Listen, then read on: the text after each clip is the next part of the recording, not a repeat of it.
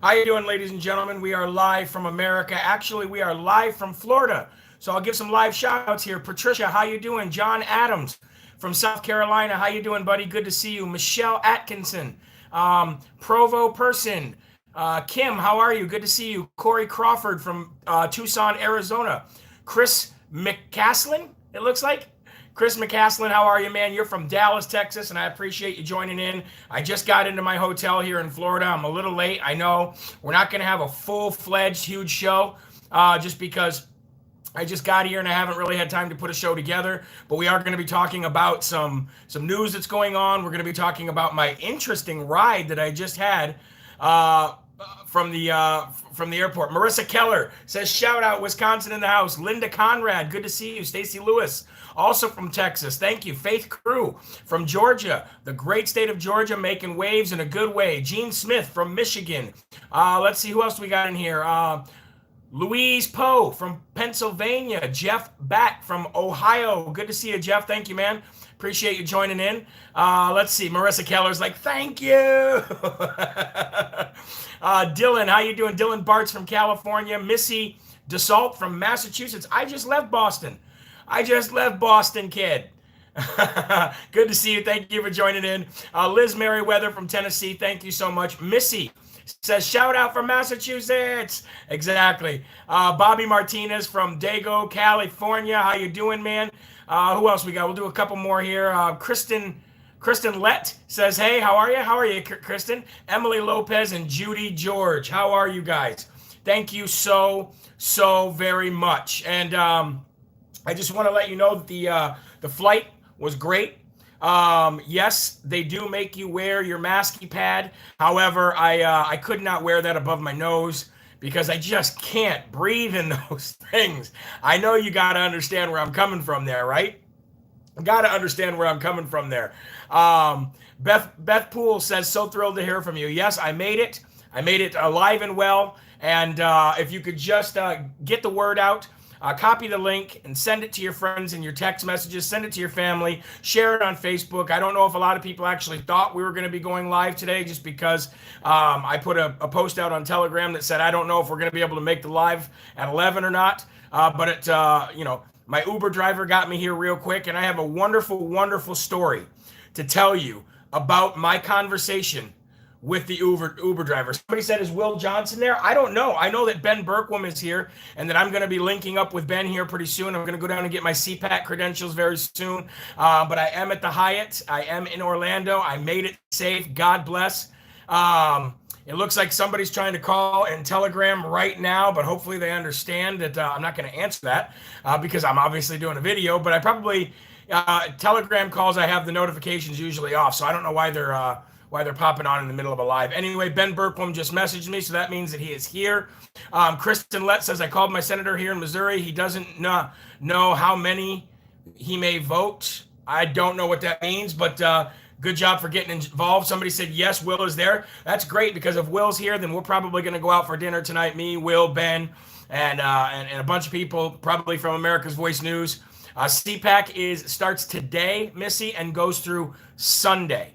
Starts today and goes through Sunday. So Kathy says, I can't figure out Telegram.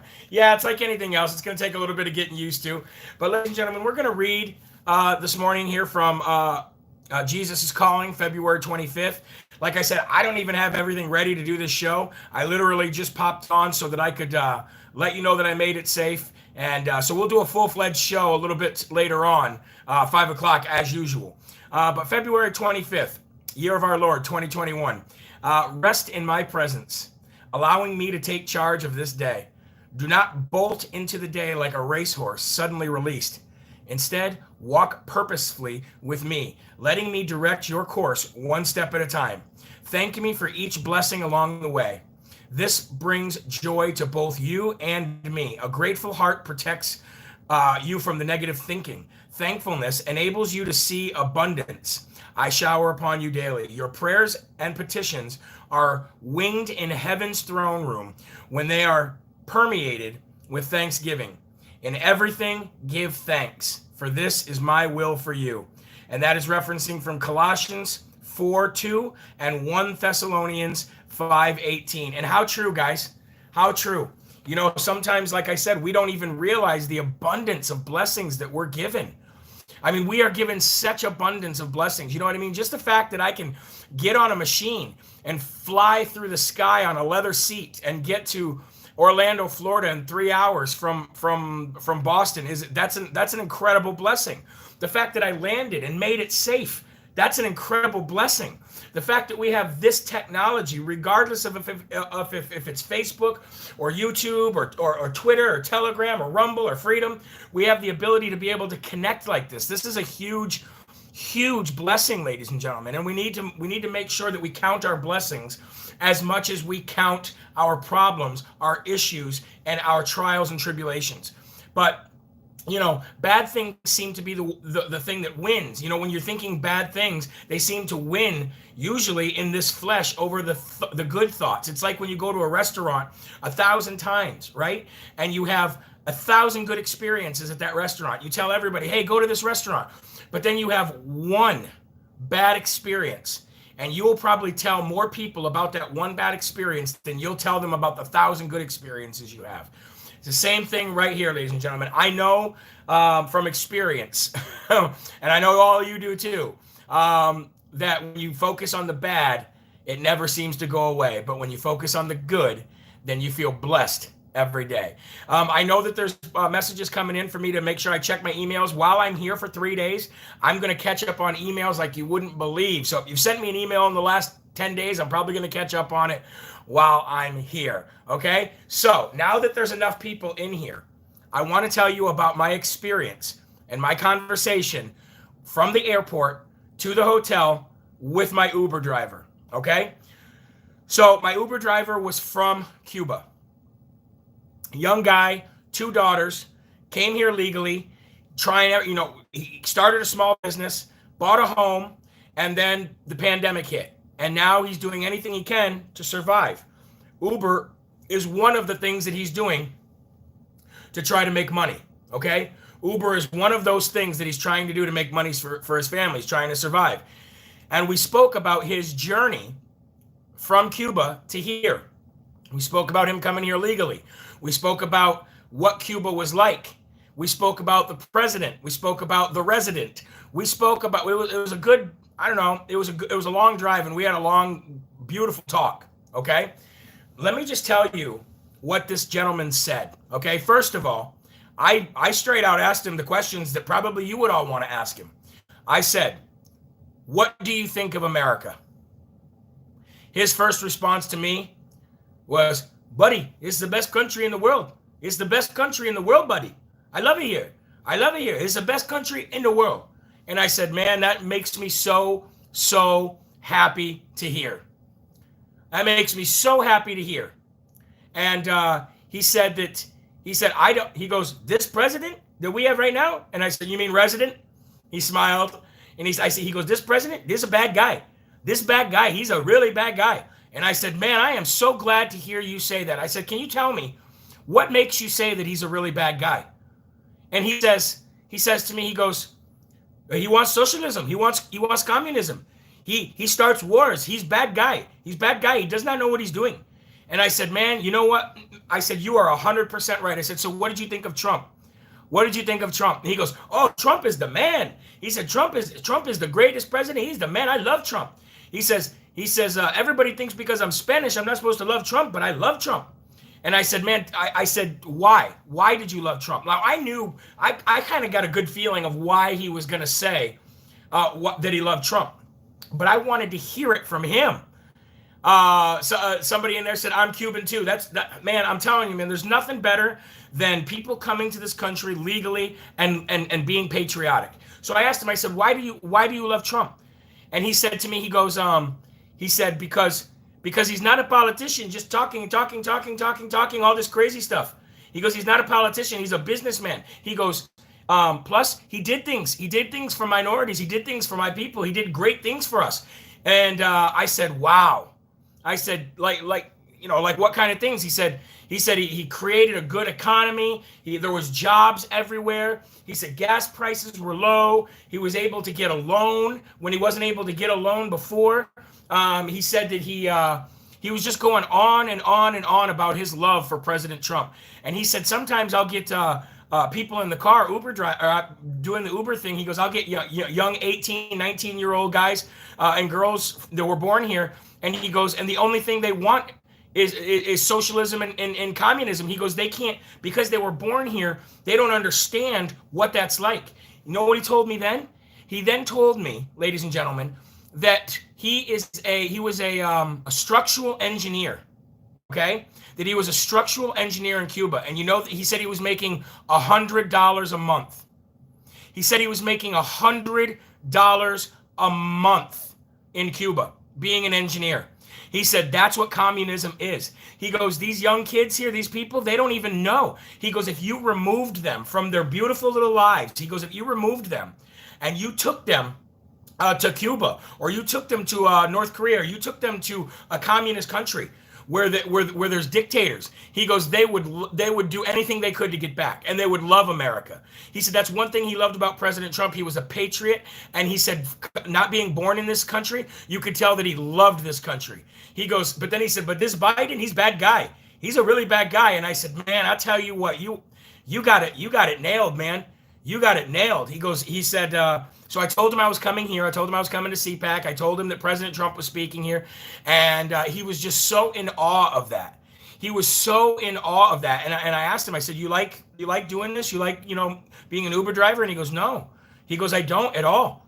I don't at all. He goes, but this fake pandemic, he says, drove me to have to do a bunch of different things in order to supply for my family. He's got 2 little girls, and they were both born here, and his whole world is his family. His whole world are his 2 daughters and his wife. And just to hear this, you know what I mean? It gives me goosebumps, and it makes me want to cry. It makes me want to cry because of the fact that this man, who's from a socialism/communism country where there are dictators who take all the money and just give you rations, even being a skilled engineer.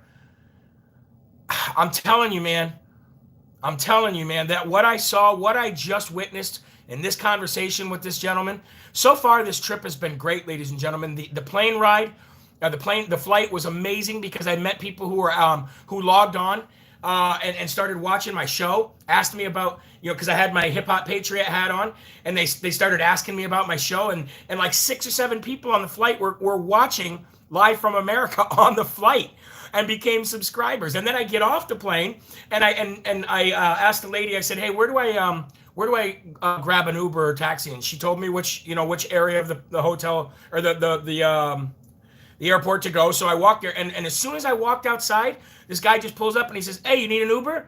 And I said, yeah. And he holds up his Uber sign. He goes, where are you going? And I said, I'm going to the Hyatt. He goes, well, I'll take you. And I said, perfect. And it was him. And it was him out of all the people that could have picked me up. Thank God Almighty in heaven that he sent that young man to tell me exactly his perspective. And he said, he goes, I'm going to tell you right now, Cubans love Trump. He said, if we had Trump in Cuba, I would have never left. That's what he told me. If we had somebody like Trump in Cuba, I would have never left. He said, Spanish people love Donald Trump. And he says, and I hope that he runs again and he becomes president again, he said. And I said, man, I wish I could speak with you all day. I wish you and I could hang out all day. You know what I mean? And he was just so incredibly grateful. Ladies and gentlemen, he was so incredibly grateful to be in this country. He was so incredibly grateful to have had Donald Trump as the president. And he was so incredibly grateful for the life that God gave his family and the life that God gave him to come here and be able to raise 2 beautiful, wonderful little girls here and teach them the love for this country. And he said, but he kept saying, Biden is a bad guy. He's a bad guy, and he's going to cause us wars. He's going to make it so that we don't have jobs. He's going to make it so that we can't afford anything. And he's going to basically prolong this pandemic. And I said, man, you got it figured out. You should start your own show. You should start your own show called The Cuban American or The Cuban Patriot or something, I would watch him. I would donate to that guy. You know, and you're right. You are right. God made me run into him. That was a connection that God ordained for me so that I could have that kind of a discussion with somebody, because I have longed to have a discussion.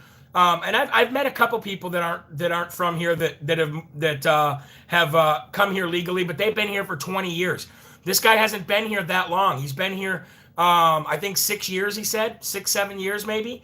And he said he just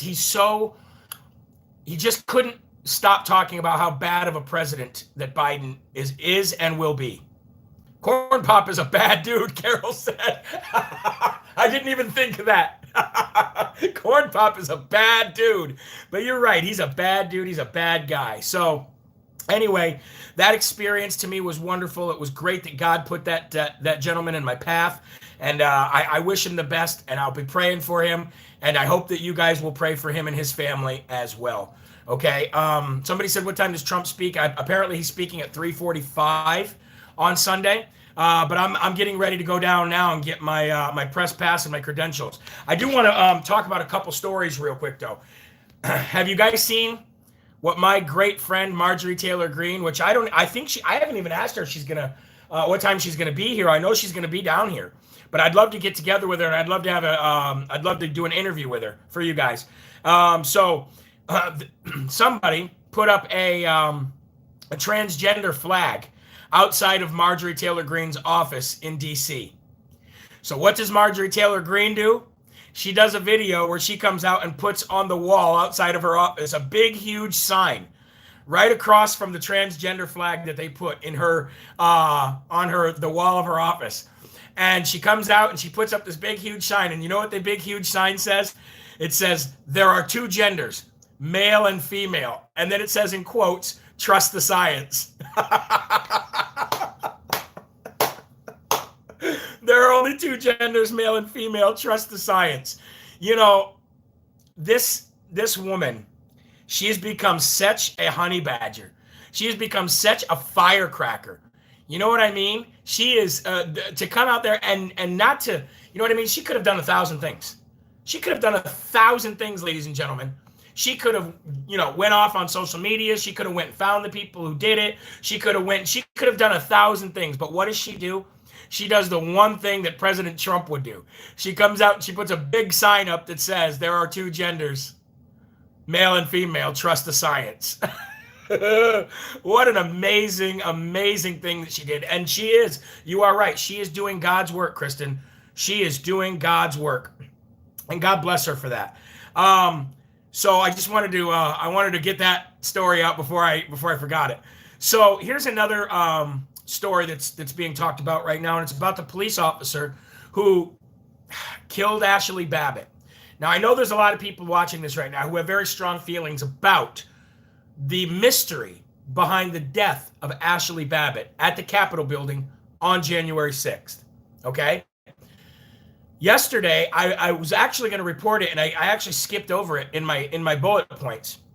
But I was going to report that her family laid her to rest in the ocean. I thought it odd not to have a traditional funeral, but everybody does things a different way. So there's a lot of mystery behind this. But I want to read something to you, because apparently the officer that shot her is in secret hiding for safety or something. I don't know. Somebody said, I know Ashley Babbitt's family. One of them do not believe the fake news. Yeah, I know. It's such a weird story. So I'm going to read this to you. On January 6, 2021, Ashley Babbitt was executed by Capitol Police officers who seemed to hold no restraint.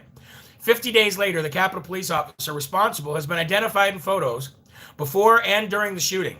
The police lieutenant's name is being withheld from Ashley Babbitt's attorneys. Now, why would that be the case? If she was shot and killed, okay, we're talking about the theory that she was. If she was shot and killed, why wouldn't the attorneys of Ashley Babbitt be able to get this guy's name? Kind of mysterious and odd, right? And it says, you can see the officer disregards nearly every basic firearm safety rule in the book. His finger is wrapped around the trigger while his firearm is aimed in the direction of his colleagues. Okay? And it shows the original photo, and it says, notice how the other officers are properly handling their firearms and don't have their finger wrapped on the trigger. The officer can be seen wearing what seems to be the identical handkerchief, tie, and insignia. And then it's showing a ton of pictures of, close-up pictures. And then it says, the officer, according to his account, could not see the 3 uniformed officers outside and did not know they were there. He only described seeing a hallway full of oncoming people. The 3 officers had no visible shields or riot gear. 2 of them were not even wearing hats. According to the lieutenant's account, he did not know who among the rioters, if any, was armed, nor could he see how far down the hall the crowd extended. The lieutenant was also unaware. Those briefed on his account said that a tactical team from the Capitol Police was climbing the stairwell behind Mrs. Babbitt, intending to reinforce the area and clear out the rioters. As the team arrived, one of the 3 officers standing guard gave the word, "They're ready to roll." He also told investigators he heard reports that pipe bombs had been found elsewhere in the area and worried that the rioters might be carrying explosives. Babbitt was wearing a backpack which allegedly compounded his fears. The lieutenant also said he believed his own life was in danger. It's not clear why he decided to stand his ground rather than retreat and seek out reinforcements. Well-armed Secret Service agents were standing guard nearby in the House chambers. So I'm not going to read the rest of it, but it's odd. Everything about this is odd. Everything about this is mysterious. None of this makes any sense. Why would they hide the guy's identity? Why wouldn't they give it to the attorneys who have a right to know, the family has a right to know? None of this makes any sense. Somebody said, where are you reading this from? I am reading this from the Gateway Pundit. They have an exclusive story up there on the Gateway Pundit about it. Okay? Also, more people are coming out to refute the statements that were given by Capital City Police and by Democrats. And the officer who ended up passing away, the officer's mom refuses to allow the leftist media to quote George Floyd, her son. He was not beaten with a fire extinguisher. She says, we're pretty sure he had a stroke. So basically why I'm reading this stuff to you guys and why I'm talking to you guys about this stuff is that their entire lie is unraveling. We knew it from the beginning, but it's nice to see it start to unravel. The entire lie around the Capital City January 6th incitement or riot or whatever you want to call it was orchestrated, was pre-planned. Police were in on it. We saw the gates being opened up. We saw the barricades being opened up. We saw the officers literally giving what seemed to be a tour with rioters walking inside of the velvet ropes that you see all over when you see tours like of the White House and stuff. We saw officers leading people into remember the horned guy? Remember the officer that brought them into the chambers? And was like, could I just get you guys, could I ask you guys to leave here, quick, because blah, blah, blah, this is a sacred area. All of it is so disgusting and all of it is so wrong. But let's talk about what came out the other side of it. A failed impeachment on President Donald Trump, a failed attempt so he can never run for president again, the ability to lock down Washington, D.C. and put gates around everything, the ability to shield Biden from everything and have an inauguration that nobody showed up to but have a justification for it, the ability to call us all terrorists and give us like 5 different terrorist names, like reality denialist terrorism, and many others, and the ability for them to use it for gun control and bring in troops that are still there to make it look like Biden is in danger somehow. All of that and more came out the other side of this. Meanwhile, patriots and Trump supporters are not rioting in Washington, D.C. They're not a threat to the White House. They're not a threat to the Capitol building. It's locked down like Gitmo. And we, the people who pay not only for the buildings, but the people to be in those buildings are not allowed in those buildings. And they're literally turning this country into a police state right before our eyes. That, ladies and gentlemen, is exactly what they all want. And somehow they just had one episode in our history to be able to do it all. And you tell me that wasn't orchestrated? You tell me that wasn't planned? Now, here's what wasn't planned. When you get a crowd mentality, okay? When you get a crowd mentality behind an insurrection like that, you don't know what's going to happen. And they had the perfect backdrop for it. They had the perfect crowd for it. They had the perfect scapegoats for it. And they had the perfect plan to get everybody riled up and to follow them into that building. So that what you saw on TV was a massive crowd holding Trump flags and MAGA hats. And those were the scapegoats. It's really a sickening thing, ladies and gentlemen. It's a disgusting, sickening thing. And how we allowed this to happen, I don't know. But I'm going to wrap up this live because I got a lot to do. And I definitely have a lot to do to get ready for tonight's live at 5, right from the hotel here. But we're going to talk about New York failed governor Andrew Cuomo. More is out about him now. Now, there's not just people coming forward saying that he sexually harassed them. There's not just people coming forward saying that he said he'd ruin their careers. There's not just the nursing home incident, murder of many, many thousands of people that he caused. Now, today, some more people are coming out. A married woman who's saying that she has had an affair with Andrew Cuomo for many, many, many months prior to all of this. And I guarantee you that that's just the tip of the iceberg. The Democrats are circling this guy like a shark in water. He is the new scapegoat. And I say the good thing, the silver lining that's happened in the last 48, 50 days since President Trump has went to Mar-a-Lago is that the two worst governors in this country, Cuomo and Newsom, are likely on their way out. And Cuomo in a way worse fashion. I think that guy's going to jail. I don't think people are going to stop until Cuomo is in jail. So anyway, ladies and gentlemen, I'll have a much more familiar show for you tonight. As I said, I just got here. I got a lot of stuff to do. I'm going to go down and get my credentials. I will go live and do things throughout the entire time I'm here. I'll catch up on emails. I promise. Okay.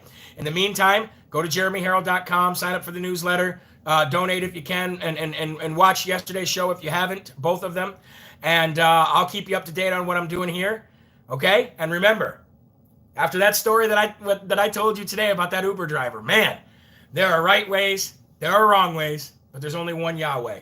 So stand up tall, keep your shoulders back, your chest out, and your head up high, because you are a child of God, and no weapon formed against you will ever prosper. God bless you, and I will see you at Live at 5 tonight, if I don't see you before doing a live from wherever. Have a good one, ladies and gentlemen. God bless you.